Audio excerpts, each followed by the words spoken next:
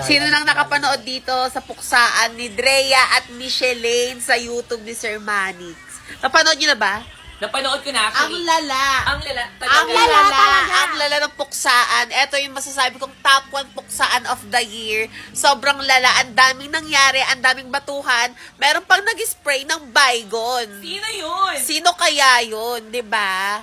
At pinagbababato pa siya ng tsinelas sa pagmumuka. Oh. Grabe. Kung napanood nyo na yun, guys. Yung actual talaga nangyari. Ha? Yung actual talaga nangyari. Yes. Ang dami talagang Ang nangyari. dami talaga nangyari.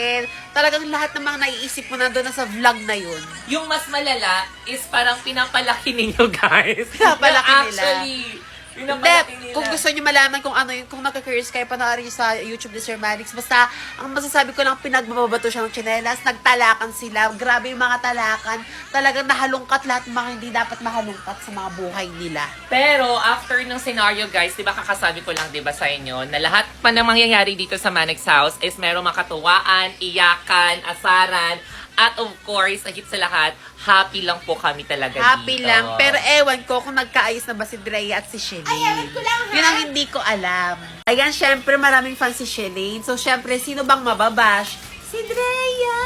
Kaya guys, sa mga magbabalak pa lang na i-bash si Drea, huwag nyo nang ituloy kasi pareha silang nag-away.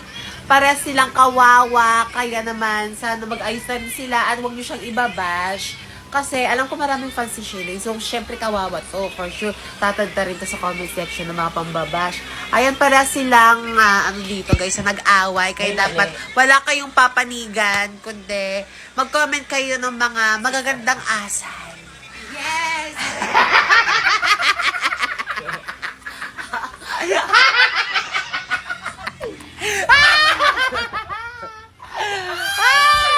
Ano yun? Magandang? Magagandang